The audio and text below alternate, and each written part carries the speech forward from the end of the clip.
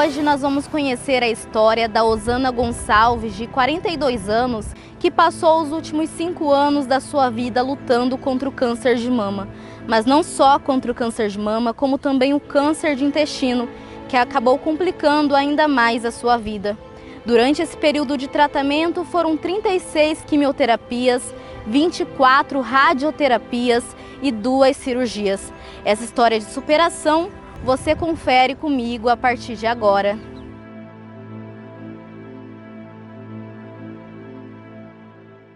Eu me chamo Osana Gonçalves, sou professora, tenho 2 filhos, casada há 19 anos. Em 2015, num autoexame, eu descobri um carocinho mínimo no seio esquerdo. E aí foi quando eu procurei a minha médica, né? E aí começou o processo de descoberta. Era um tumor pequeno, o médico achava que com 13 ou 14 quimioterapia daria para fazer a retirada sem a extração do seio, né, da mama. Mas nesse período eu comecei a ter outros sintomas que foram agravando a situação. E então eu descobri mais 2 tumores no intestino grosso. E aí a minha luta começou de forma muito intensa. Por quê? Quando eu comecei as 13 quimioterapias, meu organismo era muito resistente. E aí não houve um processo esperado. A doença do intestino, os tumores do intestino cresceram, né? E aí, infelizmente, eu tive que entrar com um processo mais intenso das quimioterapias, rádio, medicação.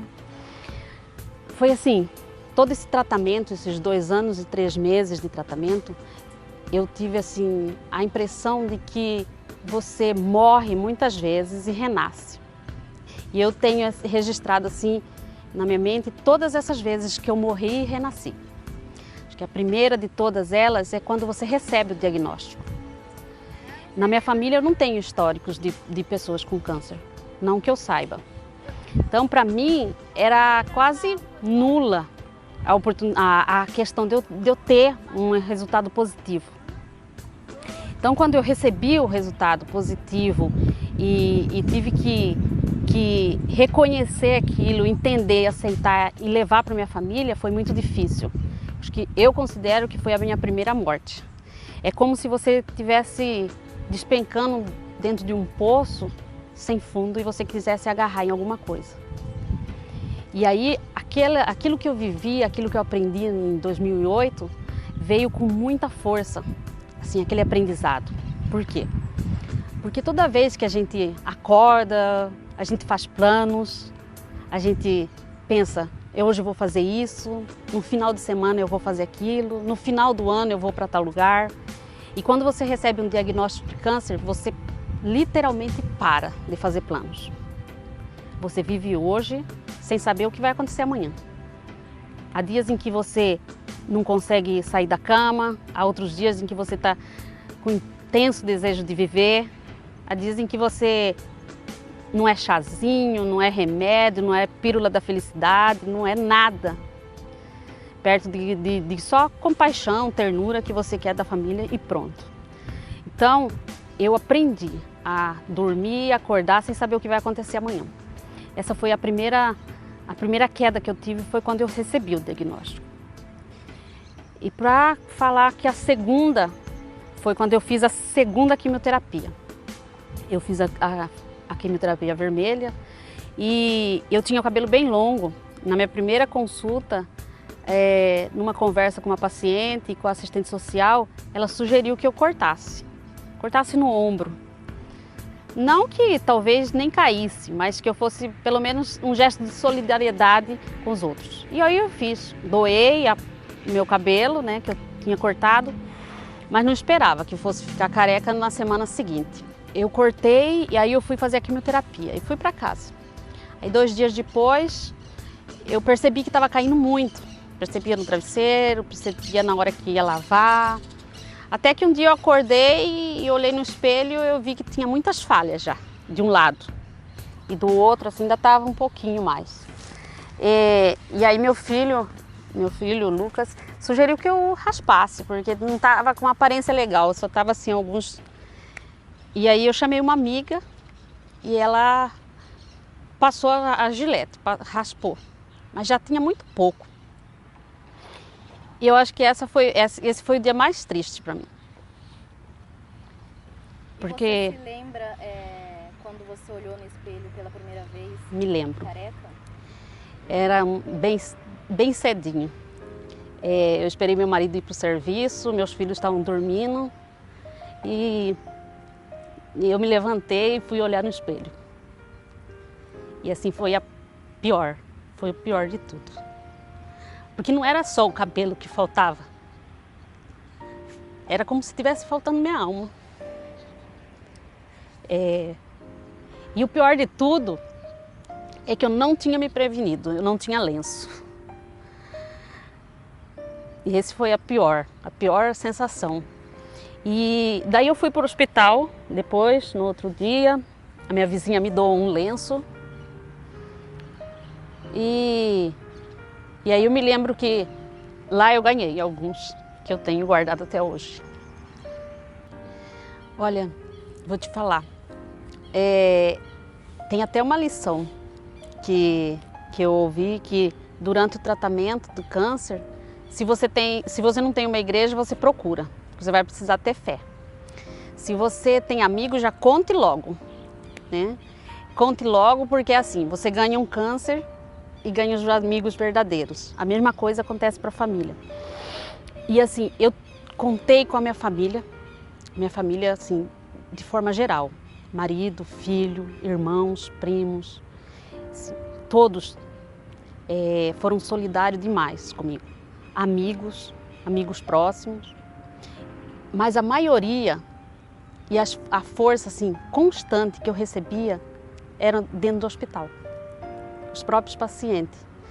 É uma família que você entra e você já ganha de graça.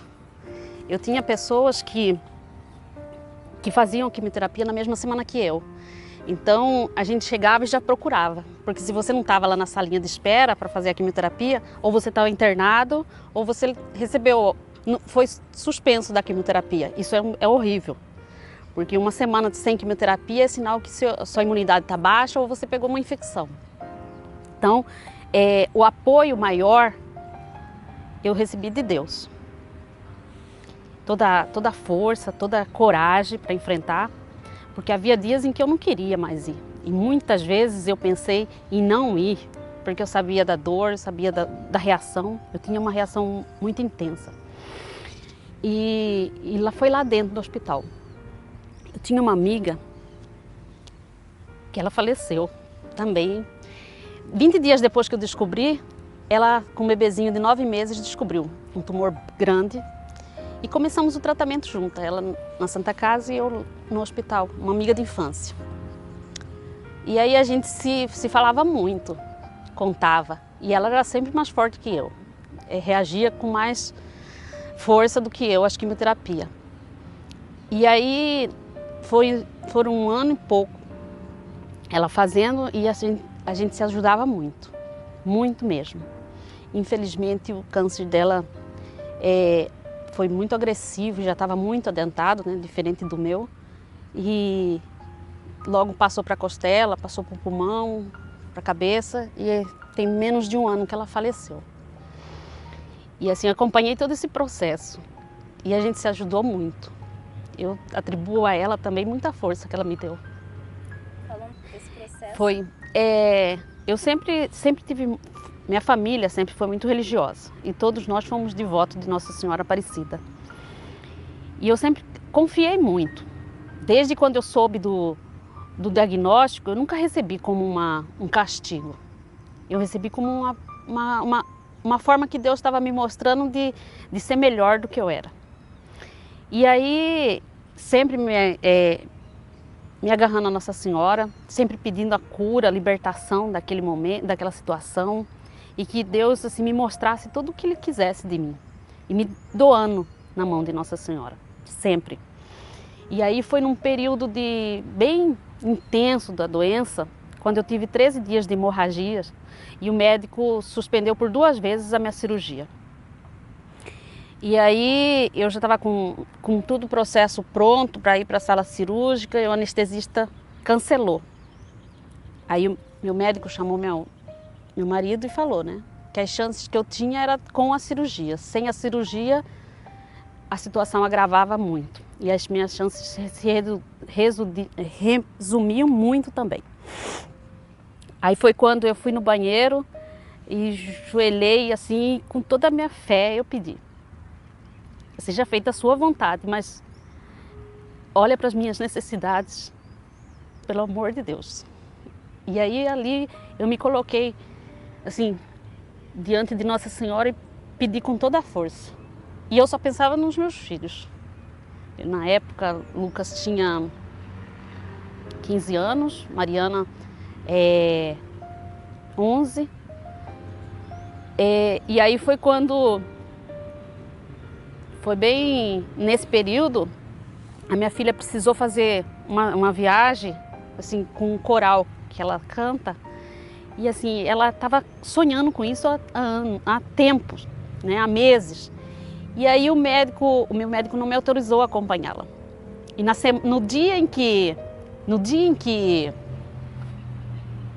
um dia antes deles viajarem, eles tiveram um cancelamento do ônibus e eles iam viajar num micro-ônibus. E aí o regente do coral dela me ligou, avisando, e que eu teria que autorizar. Meu marido não autorizou a viagem da minha filha e ela queria muito e eu sabia o quanto isso era importante. Daí meu médico disse que eu não poderia viajar. Eles iam para Minas, para a cidade de Mariana, fazer uma apresentação. Passaria acho que uns 5, 6 dias lá, não me recordo. Daí meu médico não autorizou e eu fui. Mesmo assim, meu marido não querendo que minha filha fosse, eu autorizei a ida dela, mas falei com a opção de que eu vá junto. Falei para o regente e ele falou assim: não, nós vamos. E eu fui. E eu passei mal durante a viagem. Eu cheguei bastante inchada lá, tinha dificuldade de respiração. E aí, lá perto, tinha uma igreja, perto do hotel onde nós ficamos, né, alojado. E num dia eu fui nessa igreja. E já sabendo da situação, já sabendo daquilo que o médico tinha me falado, eu pensava assim: eu não posso negar talvez o último desejo da minha filha, de ir nessa apresentação. E fui. E quando eu entrei na igreja, eu joelhei assim no segundo banco, comecei a pedir, né? Pedi e às vezes não dizia nada, só deixava que meu pensamento fosse levando os meus pedidos. E aí quando eu abri os olhos, eu vi a imagem de Nossa Senhora. Aí eu liguei para o meu marido e falei assim: eu não vou morrer, eu vou ser curada, eu tenho certeza. E dali então começou todo esse processo. Veio o processo hemorrágico, o cancelamento da cirurgia, a ida para casa, suspensão de quimioterapia, de radioterapia. Eu tinha hemorragia que sangrava pelo vão dos dentes, acordava com a boca cheia de sangue, a imunidade zerada, todo tipo de infecção. E todo mundo apreensivo, achando que era o fim das coisas, que era o fim da linha, o fim da linha. De repente, do dia assim, fui no médico, a imunidade já começou, as plaquetas já começaram a melhorar, o sangramento começou a diminuir. E aí, 15 ou 16 dias depois, eu estava fazendo a cirurgia. E aí começou a vir as coisas boas. Cirurgia, depois a recuperação, as surpresas para os médicos que achavam assim: isso vai demorar talvez 1 mês, 2 meses, 6 meses para você começar a se alimentar, para você conseguir comer isso. E tudo que eles falavam assim, demoraria 6 meses, passou em 1 mês. E hoje eu já recuperei até mais do peso que eu tinha. Mas tudo isso serviu para uma coisa. Serviu para ser melhor. Ninguém que passa por um tratamento tão dolorido como é o câncer consegue ser a mesma pessoa. Dentro do Hospital do Câncer, eu presenciei muita coisa que eu jamais imaginei na vida existir. moças belíssimas que acabaram de casar e descobrem um câncer e são abandonadas. Mulheres que vivem 30, 40 anos com uma pessoa, descobre o câncer e é abandonada. Filhos que abandonam pais. Pais que abandonam os filhos. Infelizmente, a doença ela faz revelar a pessoa que nós somos e faz revelar as pessoas que vivem ao nosso redor também. Porque você sabe definir quem está ali por gratidão, por ternura, quem é só curioso, quem tem preconceito. Existem pessoas com preconceito. É inacreditável, mas existe. Curiosos demais da conta, né? Mas existe muita gente que precisa de tudo. E quando eu me deparei com essa situação de não ter o lenço, eu me comovia muito. E aí eu comecei a ganhar muito lenço. Aí nós resolvemos um dia fazer uma ação dentro do hospital. E aí tudo começou com uma camiseta. O câncer passa e o amor fica. O amor não passa. O amor é eterno. Ainda que a gente perca para o câncer, o amor vai permanecer. E aí a ideia foi pintar a princesa careca. E aí começamos a ação de que nem toda princesa usa coroa, algumas usam lenço. E a campanha era para poder doações de lenço e cabelo dentro do hospital. E foi tão interessante que, conhecendo a Adriana, uma vereadora lá do hospital, lá de cidade de Feliz Natal, ela sempre trazia pacientes e sempre estava envolvida ali. Ela gostou da ideia e levou a campanha para a cidade dela. A Câmara Municipal de lá fez o lançamento do Outubro Rosa com o slogan, né? O câncer passa e o amor não. E essa campanha foi bem intensa. Conseguimos bastante lenço, doações de cabelo. Tivemos a campanha da doação de sangue, porque eu precisei. E aí quando eu precisei, eu precisava repor, né? Foi uma ação bem interessante que envolveu os pais da escola onde eu trabalhava na época, professores. E aí a gente sempre conseguia mais daquilo que a gente precisava.